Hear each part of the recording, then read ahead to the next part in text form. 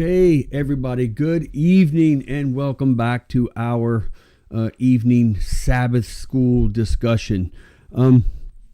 So if you are new to this channel, what we do is we go over the Seventh-day Adventist adult Sabbath school lesson. We call it our Sabbath school quarterly. Pretty much it's just the book where we have a topic that we discuss for 13 weeks, hence it's called a quarterly, right? And it's 13 lessons, and all 13 lessons are tied together by one theme. So if the theme was, cars, then for 13 lessons, every lesson would be tied to a car, right? But in this sense, it's religious, so maybe one theme for the whole quarter might be prayer, and then all 13 lessons would be in some way, shape, or form connected to prayer. So I'm going to share really quickly my screen and show you kind of what it looks like, right? Let me see if I can lower this down. Okay, so you can look here. Tonight we are on Friday's lesson, but I'm going to scroll back up and show you kind of what it looks like. So our Sabbath school lesson for the whole 13 weeks is entitled God's Mission, My Mission. So every lesson is connected to that theme. So you can see we have Saturday through Friday, so the lesson is 6 days, 7 days, and we just work our way through every night. So the name of this week's lesson, which is lesson 10 in quarter four because we're at the end of the year, right? So in January we'll start quarter one of 2024.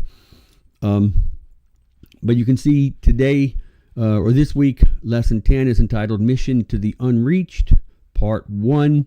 Next week, we'll begin Part 2. So this whole week, we've been taking a look at Paul and his adventure there in Athens, Greece. So we went through that, and you can see it's got Bible verses where if you hover over it, you can read the verses, etc., etc. And we go all the way down, and we learned a lot. So we're going to kind of sum all that up this evening because we're here on Friday's lesson. And Friday is always the sum up, right? It's kind of where we put a bow on it like a ribbon in a bow. And Friday always has really great discussion questions. And these discussion questions kind of force us to really think about what we learned for the week. Excuse me. And so we're kind of taking a look at how Paul went to this city, Athens in Greece, and how he began to reach out to these people and how he began to share his faith in Jesus Christ with them when they had nothing in common. So it talks about what were the steps. And it was really kind of summarized, I think, earlier in this right here on Wednesday's lesson. It says that Paul complimented their spiritual awareness and their sincerity, even though they were sincerely wrong as he understood it. He studied their beliefs and he found things that, he respected about them and he complimented them.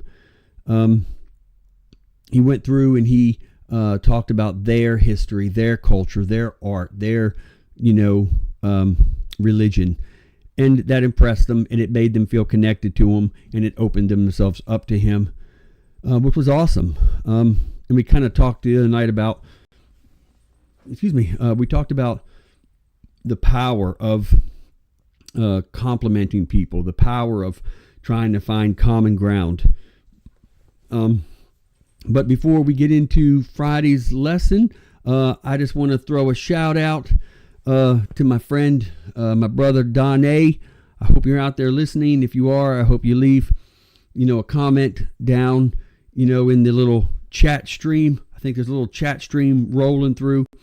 You can leave little comments, all that stuff. I don't think I can see it, but anyway, leave it anyway. I'll go back and read it. I'm not sophisticated enough at this live streaming to know how to look at the live stream while I'm doing this. Plus, I hope I see you in church tomorrow because we're going to be talking about, Christmas. It'll be my opportunity to do a Christmas message. Anyway, I hope there's other people out there, our family in India, Chocomacha, Mokachacha, and Sonu and Yakub and all of Papa's family. Unfortunately, Papa's not here. He's doing another Bible study with someone, but he wants me to continue going, and I love it. So maybe next week we'll be able to get more, Punjabi interpretation. So also, you can see my little outfit here. So my wife bought me this new sweater for Christmas, and my little reindeer ears. I hope that it looks festive here. Okay, so without any further ado, Friday's lesson. So now I'm going to come back here and take a look at what's going on. So it says one of the primary takeaways from the story of Paul and his experience there at the Areopagus. The Areopagus was just kind of like the town square there in Athens, where all the, kind of educated men came to debate and talk about everything, right? It says one of the things to take away is it's on the ground study of how to approach an unreached group of believers, which resulted in a small group of believers starting in Athens, right? Because we know Paul started a church there. He was very successful in Greece. The Thessalonians, for instance, were Greece. The Corinthians were from Greece, etc., etc. Let's see, quote, "The words of the apostle and the description of his attitude and surroundings, as traced by the pen of inspiration," meaning Luke, were to be handed down to all coming generations, bearing witness of his unshaken confidence, his courage in loneliness and adversity, and the victory he gained for Christianity in the heart of paganism. Right? It says lonely because when he came to Athens, he was by himself, and he was waiting for his friends, Silas and Timothy, to come join him, to kind of help him in his ministry. But, Paul was just he just had so much zeal, he just couldn't wait. So he kind of went out and started on his own. And it says in the heart of paganism because, these people, they worshipped all kinds of things, man. They worshipped all kinds of gods, Zeus and, all of those, the Greek mythology and all that stuff. So they had some really weird ideas about God. Let's see. Here's a quote.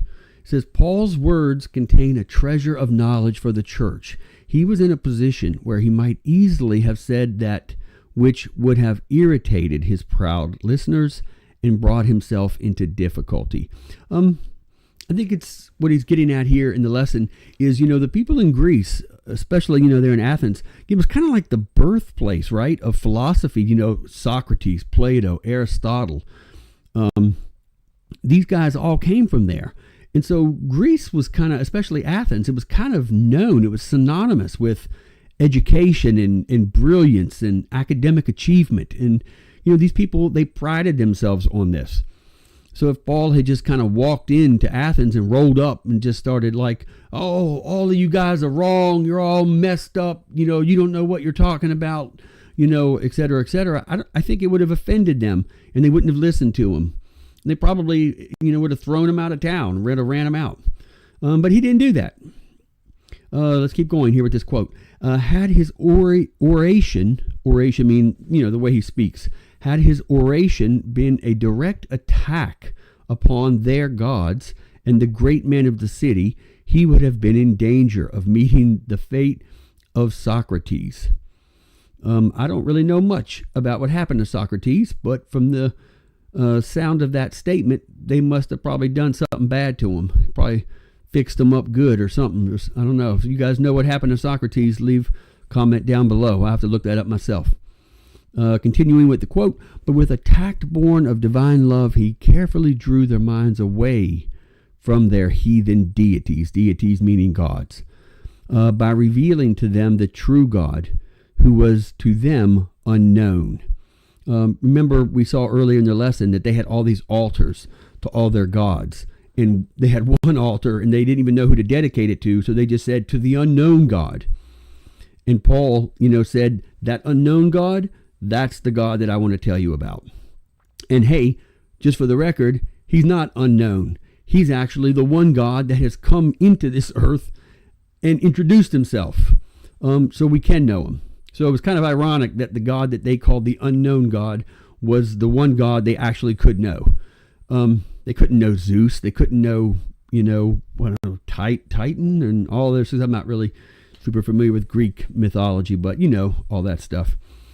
Let's see. By his direct contact, I'm continuing to read from the lesson. By his direct contact with the people, a study of their culture and religion, and his respect for their devotion to spiritual things, Paul managed something notable in Athens, something that is a treasure of knowledge for the church.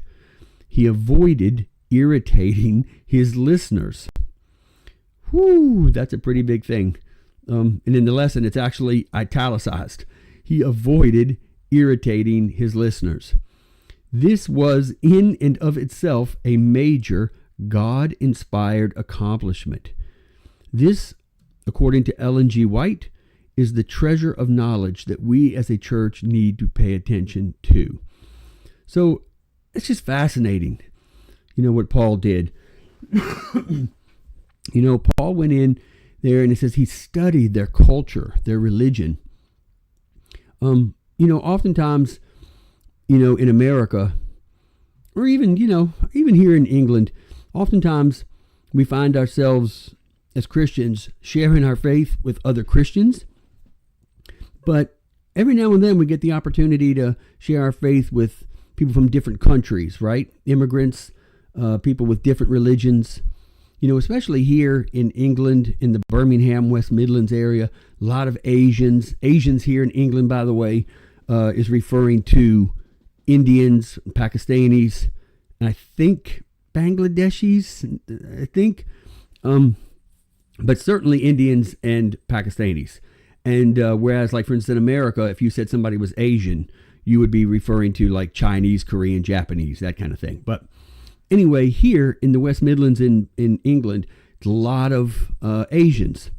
And because of that, we have a lot of Muslims here. We have a lot of Sikhs because they're from the Punjab region in India. And so a lot of Hindus. So it's very common to run into people of just completely different cultures, completely different religions. And so it's interesting that Paul took the time to actually understand them. He took the time to understand their culture, their religion. He took the time to understand. I can't stress that enough, right? Paul was an educated man. He was probably wealthy. He was a Roman citizen. He was balling, right? He had everything.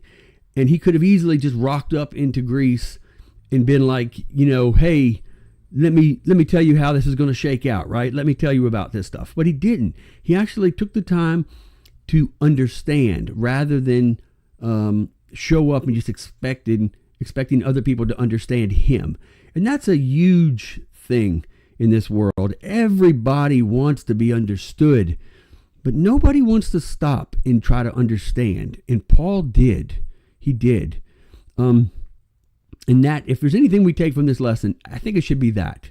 And also, this is important about doing mission work too.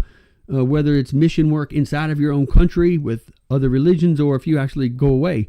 And I remember when I was younger, I had a friend that was a Mormon, and they would do these 2-year mission trips when they were younger. And I was always fascinated because before they would go on these mission trips, they would have to spend a considerable amount of time like studying these cultures. They would have to learn the language. They would have to understand the way they dressed, the way they ate, so that way when they got there, they weren't just totally in like this culture shock, where they couldn't speak the language, they dressed weird, they didn't like the food, et cetera, et cetera. And I think that we should do that, as Christians. We should take the time to understand other people's religions. And I think what's good is when Paul took the time to understand them, he could find points in which there was similarity, So when Paul started speaking to them, he could start speaking to them about things that they shared in common, not things that they disagreed on. And that made a huge difference to their willingness to listen to him and to, talk to him. I think just in general, people don't like argumentative people. And, that's something I struggle with because I tend to, come in with the heat. You know what I mean? I come in firing and oftentimes I guess I do irritate, sometimes my listeners. And so if anybody could learn from this is to try to be a little bit more, pleasant when I meet people before I start getting into topics that might, be controversial or irritating in some way. So anyway, the questions are, with the story of Paul in Athens as a model, what was his first step for anyone beginning new evangelistic work in a city? I think we've covered that, getting to know them, understanding them, their religion, their culture, what they think about the world, find common ground that you can start a relationship with. What sort of behavior is required of a Christian to build bridges with people in the city who do not know God? Friendliness, a willing to learn, a willing to respect other people and their beliefs. Let's see, number 3, when we are provoked by the modern types of idols, right? Like we obviously can commit idolatry. The third commandment is thou shalt not, worship unto thee any graven images, right? Or any idols and things like this. And the lesson brings out that their idols were obvious, right? It was big statues of things that they would bow down to. Where with us, it's not quite so obvious. We kind of find ourselves bowing down to things like figuratively, not so much literally. So this question's asking that when we are provoked by the modern types of idols, what should we be doing, or what should we avoid doing, especially right at first? In starting new work among the people who worship those idols. Well, I'm assuming that the author is suggesting that we shouldn't come right in and just start blasting them for their idolatry, right? We shouldn't just come right in and be like, you bunch of pagan idol worshipers. Paul didn't do that. Eventually he got to that, but he didn't open up with that, right? That wasn't his opening line. And so I think we can learn from that.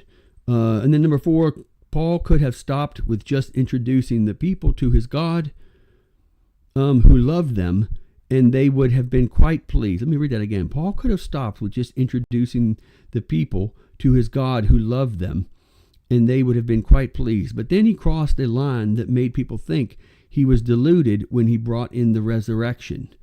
Should he have done that, and why? Okay, I understand the question.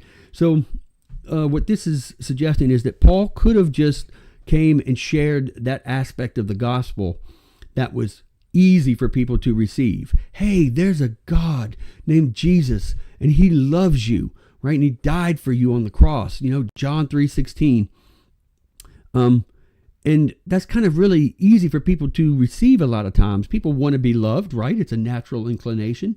And so people would probably be inclined to believe that. Not hard to imagine that there's a God out there that loves them, right? Their mama probably loves them, right? Their friends probably love them. Their wives, spouses probably love them. So that's not unusual. But then Paul crosses the line and starts then talking about that he not only died, but he rose from the dead, knowing good and well that this is going to make them think that this guy's loco, right? So he kind of had him. He was reeling them in, and he kind of had him. And then all of a sudden he introduced that and dropped that bomb. And all of a sudden now they were like, whoa, whoa, whoa. We was with you on the love train, right? But now you say, what? He died and rose from the grave? What? Okay, that's where they start being like, kind of like in the movies, right? Check, please, right? And so should he have done that? That's what it says. Do you think he should have done that?